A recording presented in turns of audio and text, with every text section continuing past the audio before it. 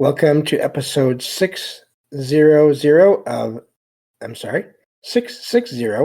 of Salsidoparanormal. We passed episode 600 quite a while ago now.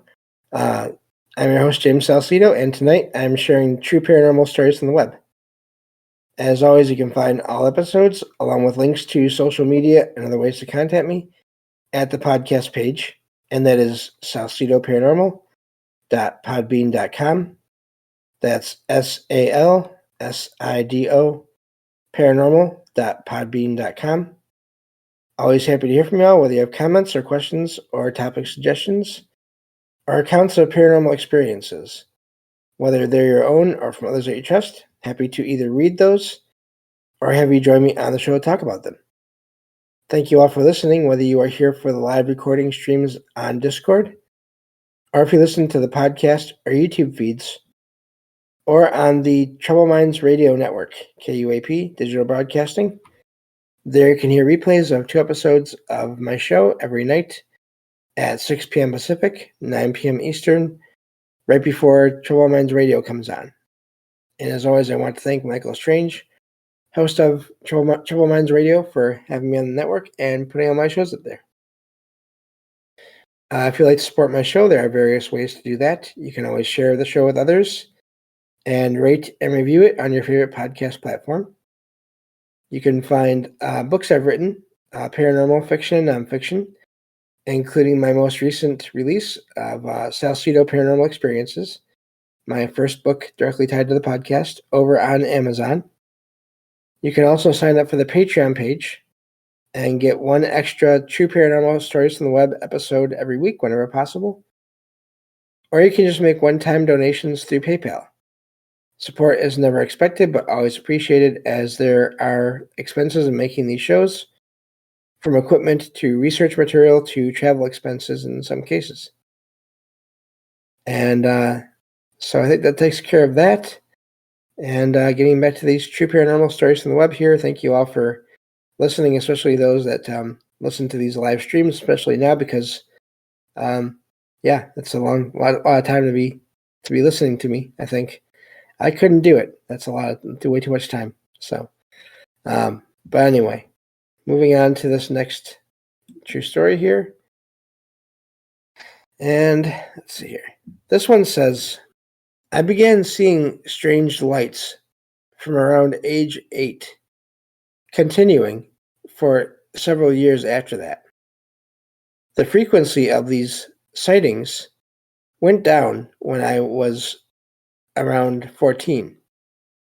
I usually saw the lights when I was looking out of my bedroom window, but later they appeared in various locations. The lights were white and seemed to come from above the clouds.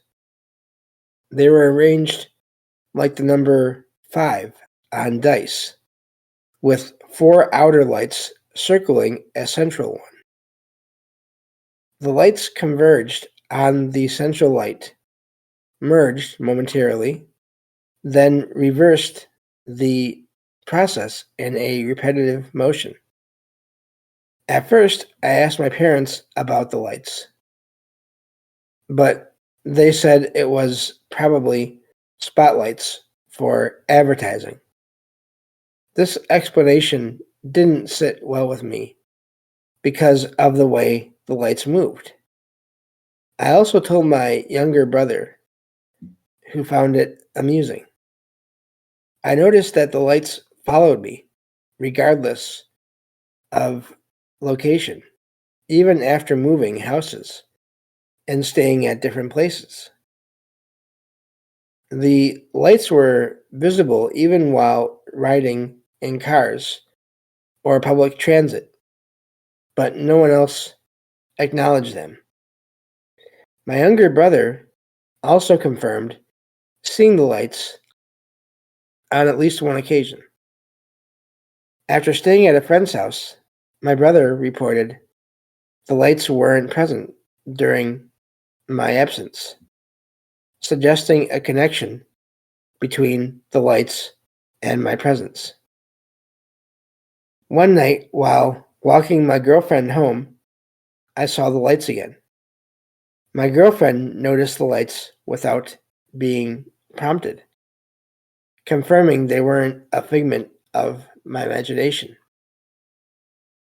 She was frightened at first, but I calmed her down by pretending it was a joke. But the lights followed me home that night.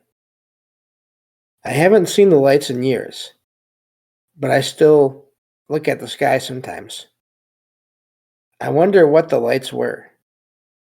Was I being observed or experimented on somehow? Even though I try not to think about it much, it still bothers me and unsettles me when I do. When I do. That's the end of that one. That is a lot of sightings of the same thing in a lot of places, it sounds like. I wonder how many times the younger brother saw the lights when the older sibling, the writer there, was not around. And I'm hoping that that was all that ever happened with the lights. I don't know. You do hear in more extreme cases where memories will surface years later of other things that happened around the same time. Unfortunately, going to the whole alien abduction experience, whatever that is. I don't know for sure. I'm hoping that's not the case with any of these people here. But it is odd that this person kept seeing the same lights. I wonder, again, doesn't seem like they didn't say they saw a craft with the lights. So were the lights on their own, or was there a craft and they just couldn't see it? But it sounds like other people saw them, at least in one case with the girlfriend that one time. So they are somehow there.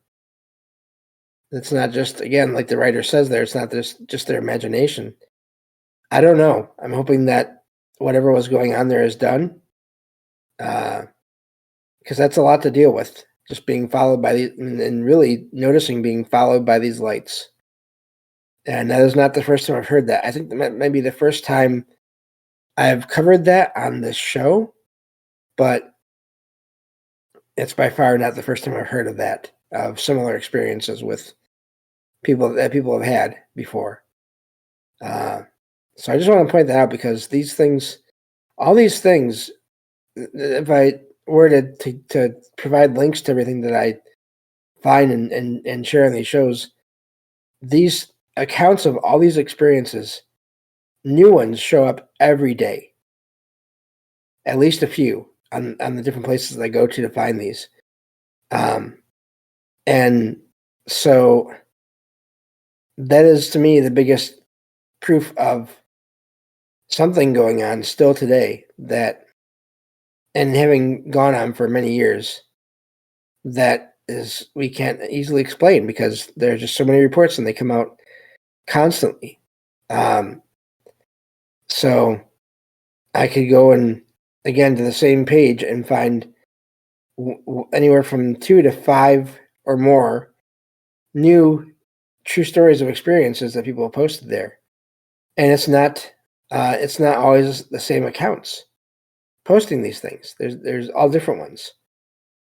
So I don't know. That's, to me, that's why I think it's I like sharing these, and I think it's important to share all these because people have been and still are having experiences with things they can't explain, and it's not stopping.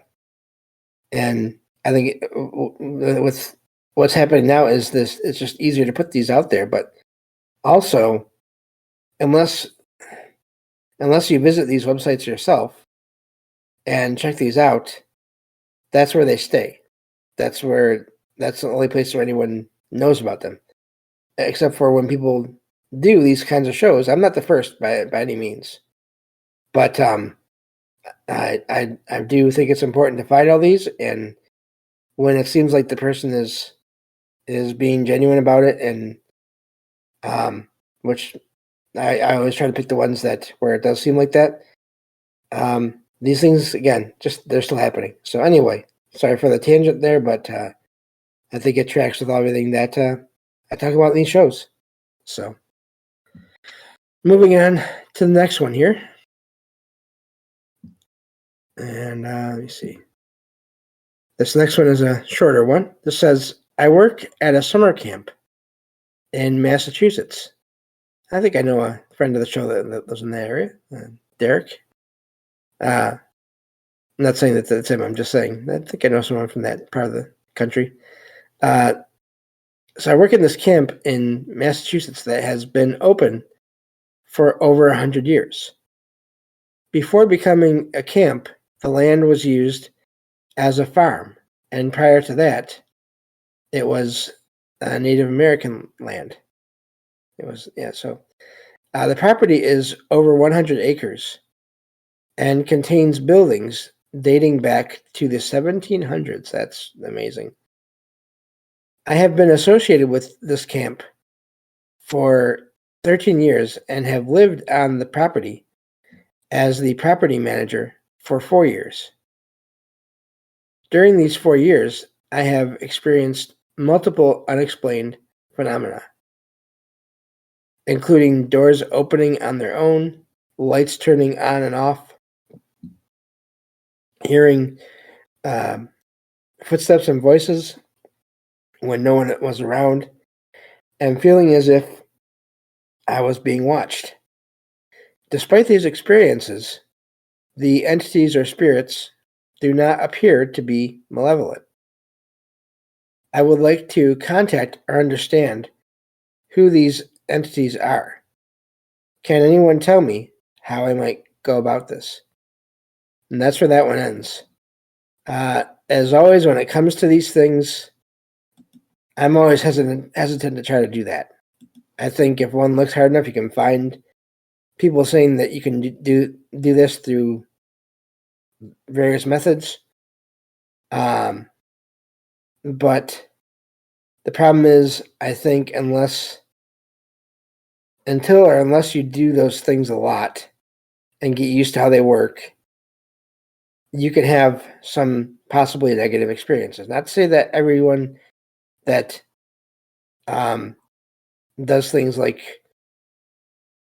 uses spirit boards or Ouija boards or pendulums or whatever, not to say that they're bad or that these objects are inherently bad.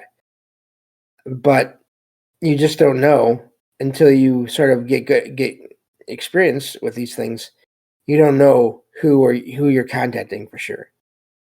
I've heard these various devices and methods described as sort of just making putting out a call to everywhere around you, like right around you, and you have no idea who is going to answer.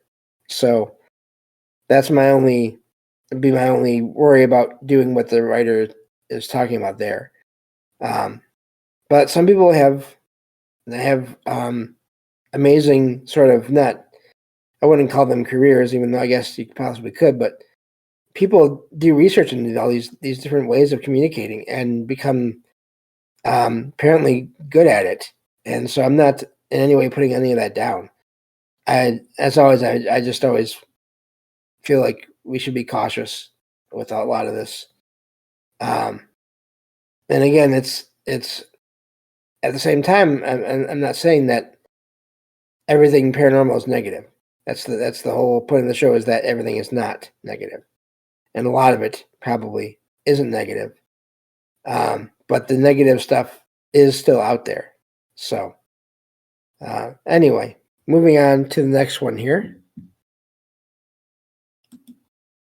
Let's see. All right, let's scroll down a bit. So this one says, I was in my boyfriend's house, talking with his mother in the living room.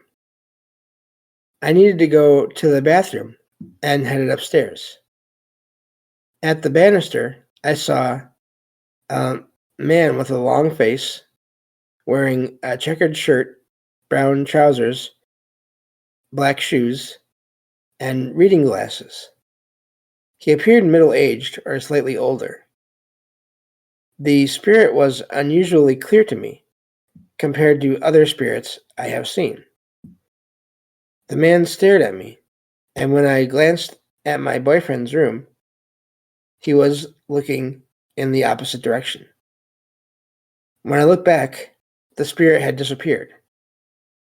I went back to the living room after using the bathroom, feeling uneasy. I asked my boyfriend's mother if someone had used the bathroom, to which she said no.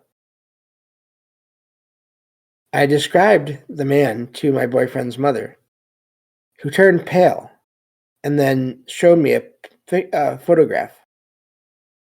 The man in the photo was the spirit I saw. My boyfriend's mother burst into tears, revealing the man was her father, who had died when she was in her 20s.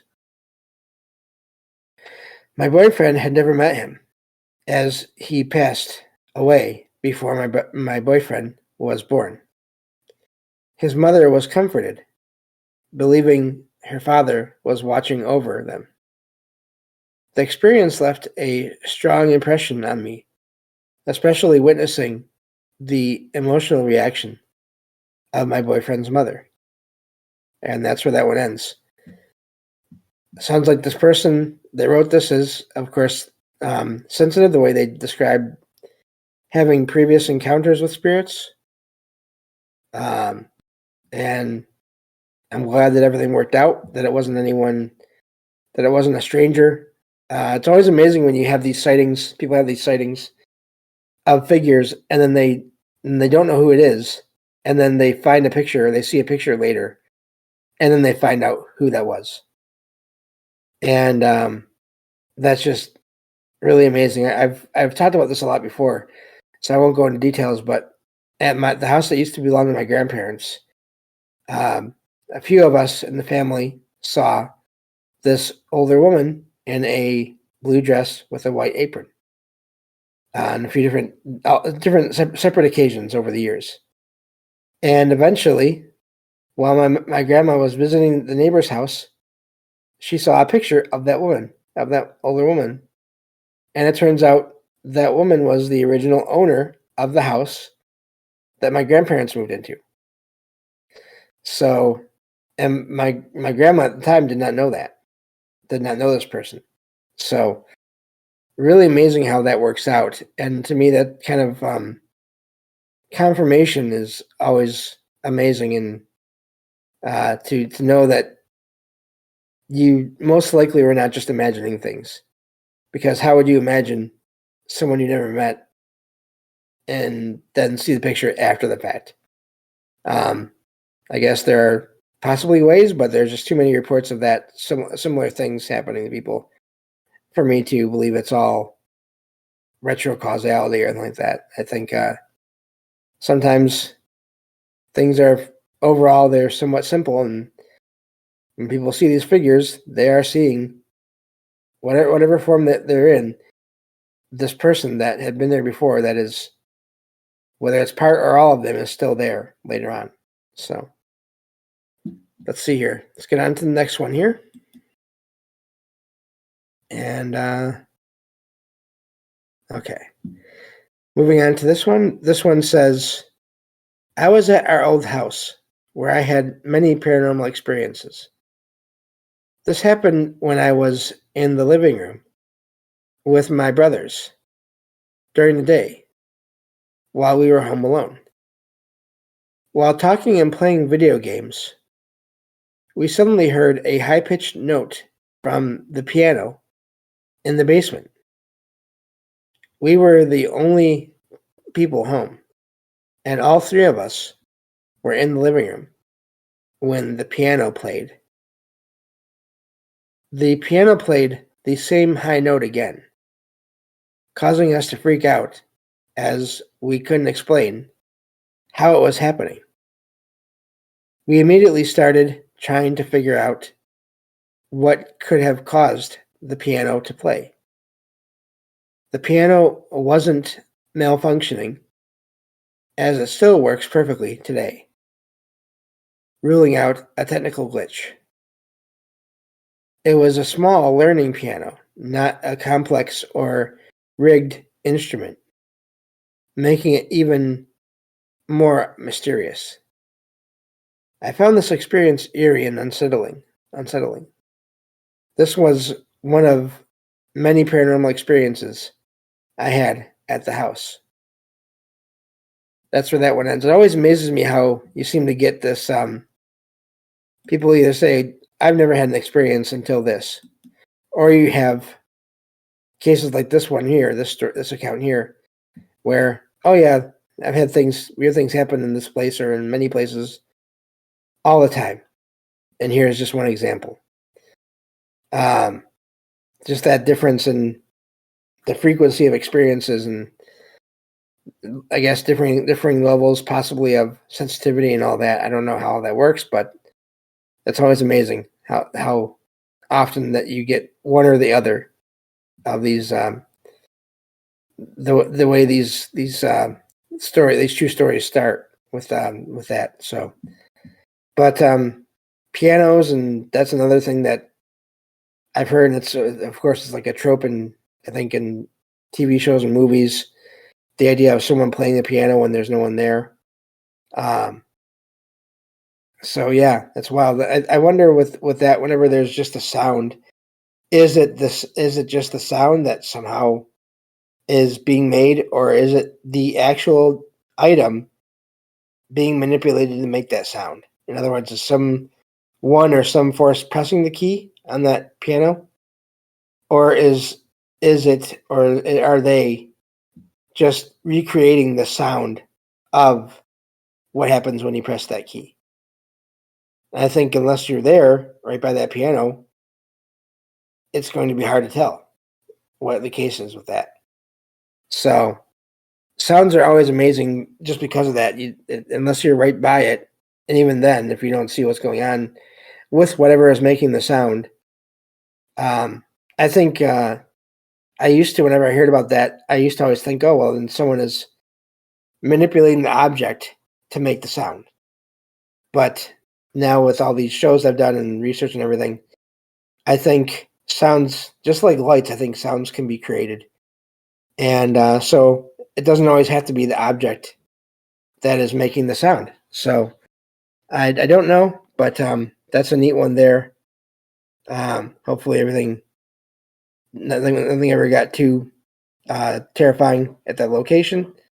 But yeah, so that's an amazing one there. I think that's where we're gonna have to stop for this episode here. But yeah, I think there's not really enough time to get to the next one here. The next one is a decent length, so we'll have to save that for next time. And actually, that'll be on the next Patreon episode. So if you haven't heard any of the Patreon episodes, that is because either you were not here on the live Discord for the recording, or you have not signed up for Patreon. So it would really, I'd appreciate it if you are able to join the Discord. Do that as well. But join the Patreon and sign up for any of the paid membership levels there and help the show. And no pressure, of course. As I always say, support is always appreciated but never expected. But if you want other episodes and you are not able to be here for the live streams, that is how to get these extra episodes when they come out. And that's what I'll be recording next. So thank you all for listening. Yeah, or could just be messing with the thing. Yeah, from DG in the chat there. True. So thank you all for listening, and I will talk to you all next time on Salsidoparanormal. Take care.